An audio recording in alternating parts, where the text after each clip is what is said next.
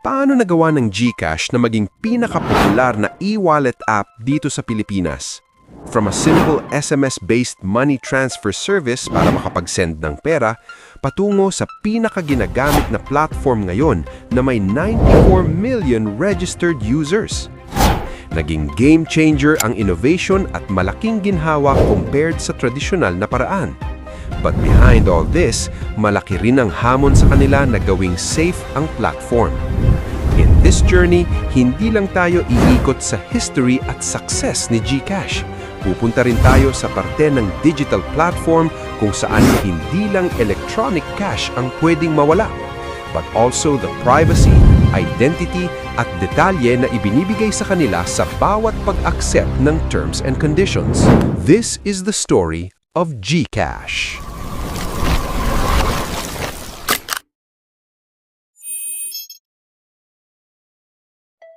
October 2004, isang innovation ang tahimik na nagsimula sa financial landscape ng Pilipinas, ang pagdating ng GCash. Imagine, sa panahong wala pang mga smartphones at high-speed data, ang unang anyo ng GCash ay isang SMS-based money transfer service, which iyan ang naging sagot ng Globe Telecom sa smart communication. Bakit nga ba SMS ang piniling platform? Simple lang, financial inclusivity. Layunin ng GCash na abutin ng mga tinatawag nating unbanked, maraming Pilipino na walang access sa tradisyonal na bangko o formal banking services. By that, sa short message service protocol, naging madali para sa karamihan as long as meron kang basic phone, Nokia na D-keypad, pwede ka nang magpadala at tumanggap ng pera, nasa city ka man o nasa liblib na probinsya. Ang real function nito noon ay parang isang digital na pitaka na direktang nakadikit sa iyong SIM card. Para magamit, kailangang mag-cash in sa mga physical outlets tulad ng mga lokal na sari-sari stores. From there, ang iyong physical na cash ay i-convert sa e-money sa halagang may napakamurang transaction fee. Ang e-money pwedeng i-text o i-transfer sa ibang users bilang remittance. Bagamat regulated ito ng Bangko Sentral ng Pilipinas, mahalagang tandaan na ang GCash noon ay itinuturing na isang reloadable e-money instrument lamang. Hindi ito isang deposit account, kaya wala itong proteksyon mula sa PDIC, unlike sa regular bank. Sa loob ng maraming taon, ang mga text commands at ang iyong suking sari-sari store ang nagsilbing tulay ng mga Pilipino tungo sa mundo ng digital finance. Pero habang bumibilis ang takbo ng teknolohiya at nagbabago ang pangangailangan ng publiko, ang simpleng pag-text ay hindi na sapat. Habang lumalawak ang network ng mga users, ang mga physical outlets ay nagsimulang maging limitasyon para sa isang lumalaking ekonomiya.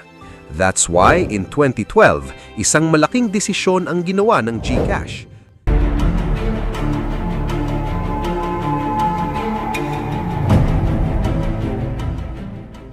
Inilunsad nila ang kanilang mobile app, isang move na hindi lang basta upgrade, kundi isang total transformation. Mula sa pagiging text-to-send, ang pera ng Pilipino ay unti-unti nang lumilipat sa isang digital interface. Dito na rin nagsimulang maiiwanan ang kanilang mahigpit na karibal, ang smart padala.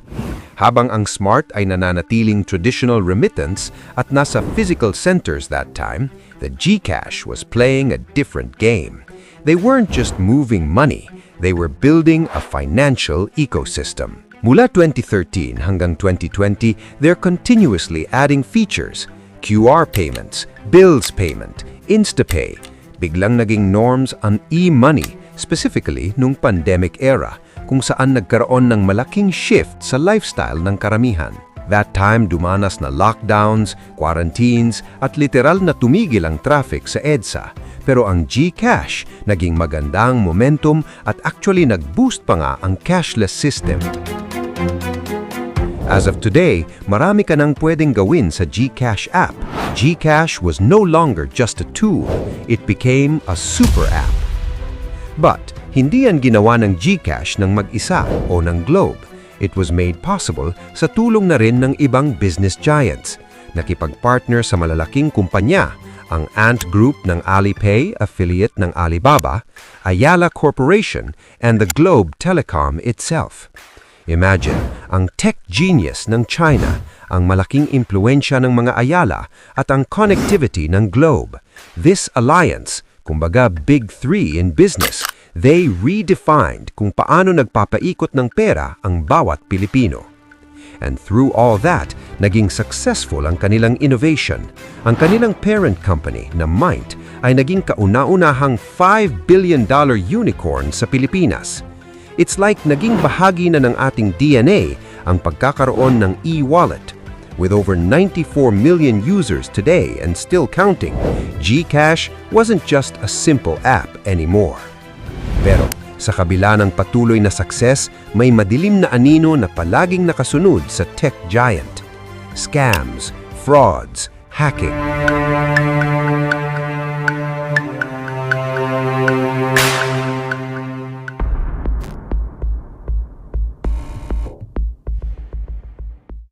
Ngayon, we can actually see na matagumpay ang naging landas ng GCash, pero naging prone rin ang platform sa iba't ibang fraud at scams.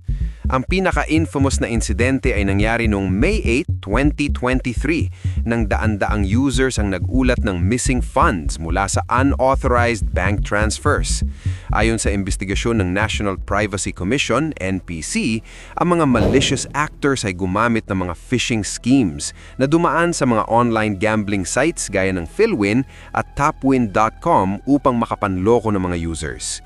Bagamat itinanggi ng GCash na may naganap na hacking sa kanilang main system, inamin nila na may mga pondo na na-funnel patungo sa mga account sa ibang bangko nang hindi nalalaman ng mga users. Hindi lang pondo ang nanakaw noon, kundi pati na rin ang kredibilidad ng sistema.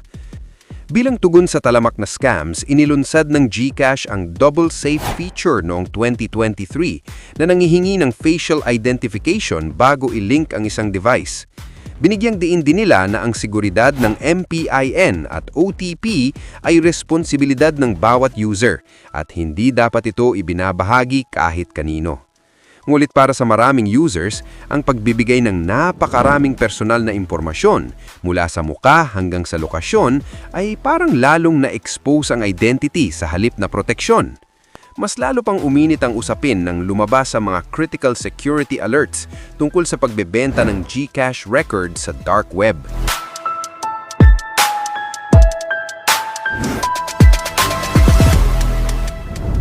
Bakit nga ba natin ibinibigay ang lahat ng datos na ito? Bakit tayo pumapayag na i-collect nila pati ang ating geolocation, contact list at device information? Lahat tayo ay mabilis na nag-scroll at pumindot ng accept nung tayo ay nag-register, nang hindi binabasa ang mahabang listahan ng mga rules.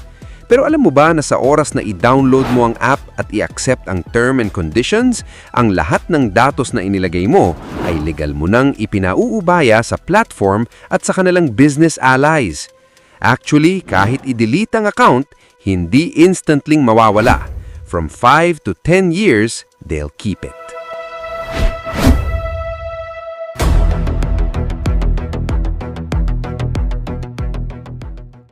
Bakit nga ba kailangang itago ang iyong datos ng 5 to 10 years? Ayon sa kanilang policy at sa regulasyon ng Bangko Sentral ng Pilipinas o BSP, ang iyong KYC o Know Your Customer at financial information ay itatabi sa loob ng 5 taon matapos ang iyong huling transaction o deactivation ng account.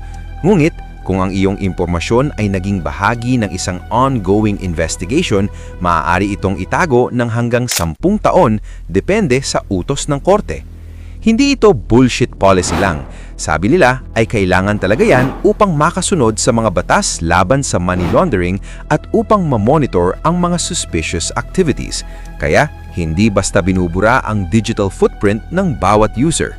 Pero honestly, hindi lang dahil sa batas. Ang iyong datos ay gold mine para sa kanilang negosyo. Ang GCash ay bahagi ng GCash Group kung saan kasama ang Mint, Globe, Ayala Corporation at ang global partner na Ant Group o Alipay. Ibinabahagi ang iyong impormasyon sa mga affiliates gaya ng Fuse Lending para sa iyong loan eligibility at sa iba pang partners at service providers upang gawing seamless ang iyong experience. Sa pamamagitan ng profiling, nakakapag-send sila ng targeted ads na akma sa iyong mga interests at needs. Actually, kung gagawa sila ng system, kaya nilang tignan kung nasaan ang may pinakamaraming laman ang accounts through geolocation o anong edad ang mostly na gumagamit sa platform through IDs. Sa aspeto naman ng security, ang koleksyon ng iyong facial image at biometric data ay kritikal para sa mga features gaya ng double safe. Ginagamit ito para sa multi-factor authentication o MFA kung saan kailangan mo ng OTP, MPIN at selfie scan bago makapag-link ng bagong device upang maiwasan ang account takeover o identity theft.